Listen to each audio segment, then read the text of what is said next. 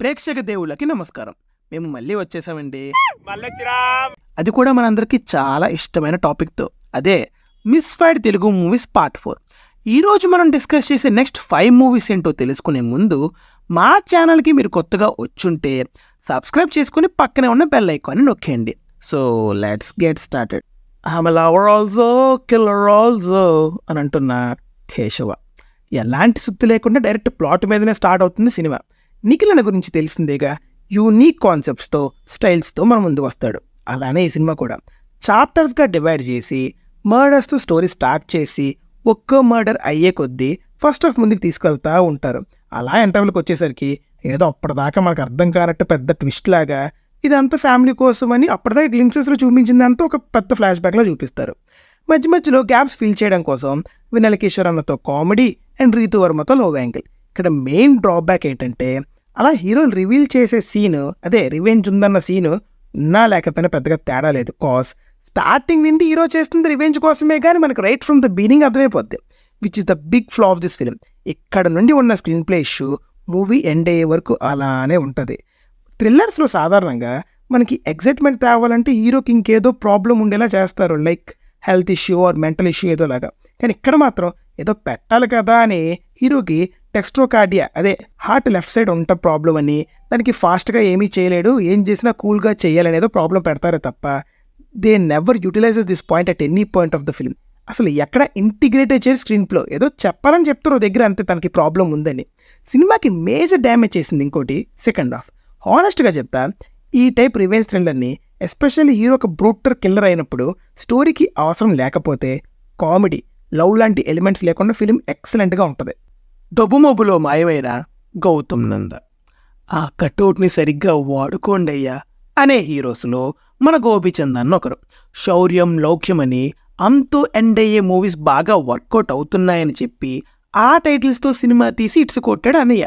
కానీ ఆ సూపర్ స్టిషన్ నిజమే అని ప్రూవ్ చేసేలా జిల్ అలాగే ఈ గౌతమ్ నంద మూవీస్ ప్రూవ్ చేసే వర్కౌట్ అయ్యి కాదు, సరిగ్గా ఆడక. స్టోరీ చాలా యూనిక్, ఎస్పెషల్లీ గోపీచంద్ క్యారెక్టర్కి ఆ జలసీ, విలన్ షేడ్స్ ఉన్న క్యారెక్టర్ సూపర్గా సెట్ అవుతుంది. అదే అతనే హీరో, విలన్ అయితే పక్కా హిట్ అవ్వాల్సిన కాన్సెప్ట్ అది. ధనం మూలం ఇదం జగత్, ఈ డైలాగ్కి అసలైన ఒక అర్థాన్ని, ఒక బోల్డ్ క్యారెక్టరైజేషన్ ఇచ్చాడు గోపీచంద్. ఇద్దరు ట్విన్స్ అనో లేదా తెలియకుండా కలిసిపోయి ఒక కామన్ రీజన్ కోసం ఫైట్ చేయడమో లాంటి రొటీన్ రొట్ట కాన్సెప్ట్ కాకుండా స్వాప్ అవ్వడం అన్నది ఈ కాన్సెప్ట్కి మ్యాచ్ అయ్యే ఒక క్రేజీ ఐడియా. హానెస్ట్గా చెప్పాలంటే నాకు ఈ సినిమా చాలా ఇష్టం భయ్యా. ఆ ప్రీ క్లైమాక్స్ ట్విస్ట్ కానీ ఆ టేకింగ్ కానీ చాలా కొత్తగా చాలా బాగా తీసాడు సంపత్ నంది. ఫాదర్తో ఎమోషనల్ సీన్ అయితే వేరే లెవెల్. కానీ ఈ మూవీ చూశాక ఏం సినిమారా బాబు అని కాకుండా బాగానే ఉంది అనిపించేలా అవ్వడానికి main reason slow pace and predictable second half. మళ్ళీ స్లోగా ఉండడం పెద్ద ప్రాబ్లం అయింది. ఇద్దరు స్వాప్ అయ్యేదాకా బాగా తీసినా స్వాప్ అయ్యాక వచ్చే సిచ్యువేషన్స్ చాలా ప్రెడిక్టబుల్గా ఉన్నాయి అండ్ అవి ఎక్కువ ఉన్నాయి.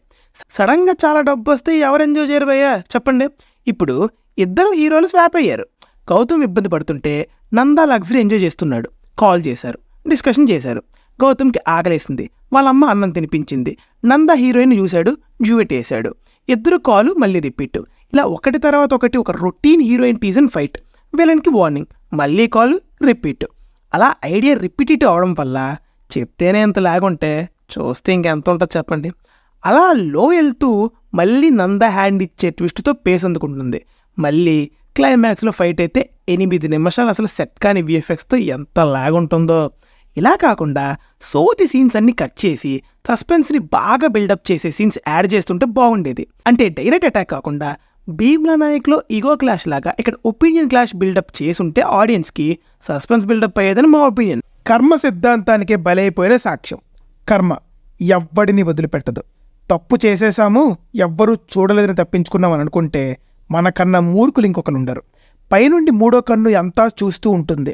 ఎవ్వడి కర్మకి వాడు, చేసిన పాపానికి వాడు శిక్ష అనుభవించక తప్పదు. ఇంత గొప్ప నీతి అండ్ కాన్సెప్ట్ని సెలెక్ట్ చేసుకొని ఈ కాన్సెప్ట్కి పంచభూతాలని కలుపుతూ ఒక్కో చోవకి ఒక్కో పంచభూతమే సాయం చేస్తుందని చూపిస్తూ చాలా యూనిక్గా డిజైన్ చేసుకున్నారు. కాకపోతే ఎక్కడ దెబ్బ కొట్టిందంటే unique concept with a very very outdated and routine execution. First ఫ్రేమే మనకు అంతా తెలిసిపోతుంది, మూవీ ఎండింగ్ హీరో విలన్ని చంపడం. దీనికి కర్మ అన్న కాన్సెప్ట్ పెట్టారు అని. ఇంకొకటి ఏంటంటే hero entry, song, love track, song, scene, మళ్ళీ సాంగ్, ఇలా వీటితో బ్రేక్స్ వేశారు.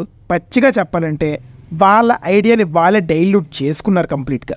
సినిమా అంతా ప్రెడిక్టబిలిటీ వచ్చేస్తుంది స్టార్టింగ్ నుండి. అంటే వాళ్ళు అనుకున్న పాయింట్ హీరోకి తెలియకుండా అంటే అనుకోకుండా చంపుతాడు విలన్స్ని బికాస్ ఆఫ్ దర్ కర్మ అండ్ తనకి చేసిన అన్యాయానికి శిక్షలాగా అని. కాకపోతే అది మనం ఎక్కడ ఫీల్ అవ్వము. ఈ మూవీ ఫెయిల్ అవ్వడానికి ఇంకొక మెయిన్ రీజన్ విపరీతమైన వైలెన్స్. దారుణంగా చూపిస్తారు విలన్స్ని అండ్ అది కూడా ఇరిటేటింగ్ క్యారెక్టరైజేషన్స్తో. ఇంకొక సీన్ చెప్పనా, చిన్నపిల్లాడు అంటే హీరోని వాడి రేఖలు వాడికి తెలియకూడదని చెప్పి కత్తితో రేఖలు చెరిపేయడం ఏంటి సార్ దారుణం కాకపోతే. This concept needs a unique treatment. అది కూడా ఎలాంటి కమర్షియల్ ఎలిమెంట్స్ ఉండకుండా ఇవి ఇరికించడం వల్ల కంప్లీట్గా ఫెయిల్ అయ్యారు మేకర్స్ అనే చెప్పాలి. నెక్స్ట్, నీడ పోయిందని అంటూనే ఒరిజినాలిటీని పోగొట్టుకున్న నెపోలియన్. తన నీడ కనిపించట్లేదని కేసు వేస్తాడు హీరో. అది పెద్ద సెన్సేషన్ అవుతుంది. అసలు ఒక మనిషికి నీడ పోవడం అనే ప్లాటే ఎంత ఇంట్రెస్టింగ్ ఐడియానో మీరే ఆలోచించండి. అలాంటి ఒక లైన్ని అంతకు తగ్గట్టే థ్రిల్లింగ్ అని కొత్త ట్రీట్మెంట్ ఇచ్చుంటే బాగుండేది.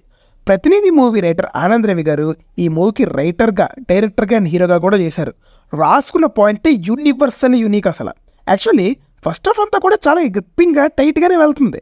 లైక్ ఈ నీడపోవడం, అలాగే ఒక హై ప్రొఫైల్ యాక్సిడెంట్ కేసు, అసలు యాక్సిడెంటే కాదు అది ఒక మర్డర్ అని ఈ నీడపోయిన హీరో తనకి దేవుడు కల్లోకి వచ్చి చెప్పారు అనడం మంచి ఇన్వెస్టిగేటివ్ థ్రిల్లర్లా మారుతుంది.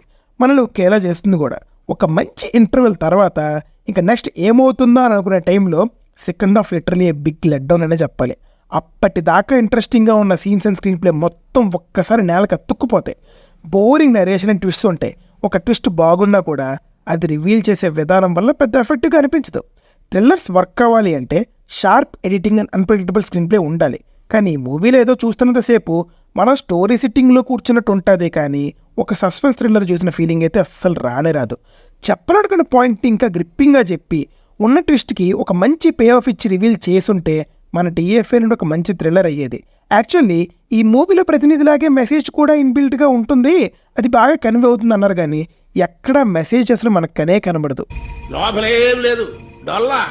హీరో క్యారెక్టరైజేషన్తో పాటు స్క్రిప్ట్లో కూడా లోపాలతో నింపేసిన సెబాస్టియన్. ఒక స్టోరీ నేను చెప్తావేనండి. రే చీకటి అంటే నైట్ బ్లైండ్నెస్ ఉన్న ఒక పోలీస్ ఆఫీసర్ ఒక మర్డర్ని ఎలా సాల్వ్ చేశాడు, ఆ కిల్లర్ని ఎలా పట్టుకున్నాడు అనే ఇంట్రెస్టింగ్ స్టోరీ లైన్తో వచ్చిన మూవీయే సెబాస్టియన్. ఆఫ్టర్ ఎస్ఆర్ కళ్యాణ మండపం కిరణప్పవరం చేసిన మూవీ ఇది. టీజర్ చూసి పర్లేదు ఒక ఇంట్రెస్టింగ్ స్టోరీ లైన్తో వస్తున్నాడు అనుకున్నాం. ఆ ఎక్స్పెక్టేషన్స్తోనే మూవీకి వెళ్ళాం. ఫస్ట్ హాఫ్ ఓకే పర్లేదు, character introductions, love scenes and good interval. ఇంకా సెకండ్ హాఫ్ ఇన్వెస్టిగేషన్ సీన్స్ బాగుంటే చాలు మంచి హిట్ అవుతుందని అనుకుంటే సెకండ్ హాఫ్ స్టార్ట్ అయిన 10 minutes తర్వాత ఎక్కడ ఉంటుందో క్లైమాక్స్ వరకు మూవీ అక్కడే స్టక్ అయిన నట్టనరలా అలా నడుస్తూనే ఉంటుంది. ఒక ఇన్వెస్టిగేటివ్ థ్రిల్లర్కి కావాల్సింది మంచి detailing and interesting screenplay, twist and టర్న్స్తో ఆడియన్స్ని హుక్ అయ్యేలా చేయాలి. బట్ ఈ మూవీలో సాడ్లీ అదే మిస్ అయింది. స్టోరీ లైన్ మీద పెట్టిన ఇంట్రెస్ట్ స్క్రీన్ ప్లే మీద కూడా పెట్టి ఉంటేనా రిజల్ట్ వేరేలా ఉండేది. ఫైనల్గా నేను చెప్పేది ఏంటంటే, మేడిపండి చూడు మేలిమై ఉండు, పొట్ట విప్పి చూడు పురుగులుండు అన్నట్టే సినిమా అవుట్లైన్ అంతా బాగున్నా కూడా లోపలన్నీ పురుగులే, అంటే ఫ్లాస్ అనమాట. గుడ్ మూవీ అనుకుంటాం, కానీ ఎండుకు వస్తున్న కొద్దీ గేర్లు తిరుగుతా ఉంటాయి, మెల్లమెల్లగా మన మైండ్ దెంగేస్తా ఉంటది. అండ్ లాస్ట్ కి వచ్చేసరికి ఎట్లా కొడతాడంటే ఛాతిలా పాతాళానికి దెంగేస్తావు, ఇంకా రావు బయటికి, ఎప్పటికన్నా వస్తావు అన్న గ్యారంటీ హోప్ కూడా లేదు. అంటే టూ మచ్ ఇట్లా ఆడుకుంటా ఉంటాడు నీతోని. కొన్ని చెప్పి చేస్తాడు, కొన్ని చూపించుకుంటా చేస్తాడు, కొన్ని సడన్ గా చేస్తాడు, టోటల్ గా నీకు ఊపిరి ఆడకుండా చేస్తాడు. ఇప్పటి వరకు ఈ వీడియో సిరీస్ లో ఒక్కొక్క పార్ట్ లో ఒక్కొక్క పాయింట్ చూసాం. ఈ పార్ట్ లో ఫిలిమ్స్ కి మేజర్ ప్రాబ్లం రన్ టైం. అనవసరమైన సీన్స్, లవ్ ట్రాక్, సంబంధం లేని కామెడీ సీన్స్ పెట్టి స్క్రీన్ ప్లేని డ్యామేజ్ చేయడం వల్ల ఈ మూవీస్లో ల్యాగ్ అనే ఫీలింగ్తో బాగుందే అని అనుకుంటున్న ఆడియన్స్ ఎక్కడో ఒక దగ్గర డిస్కనెక్ట్ అయిపోయారు. డైరెక్ట్గా అవసరమైన విషయాన్ని 2 hours ఎంగేజింగ్గా చెప్తే బ్రేక్ ఇవ్వడానికి మనం రెడీగా లేమో ఏంటో చెప్పండి. ఇదండి మరి విషయం. ఆల్రెడీ 3 partsగా వచ్చాం, ఇంకా రావాలంటే టన్నులు రావటం ఉంది లోపల. చూస్తామంటే కామెంట్ చేయండి. అలాగే వీడియోని లైక్ చేసి షేర్ చేయడం మాత్రం మర్చిపోకండి. మళ్ళీ నెక్స్ట్ వీడియోలో కలుద్దాం. Until then signing off team movies for you. Bye.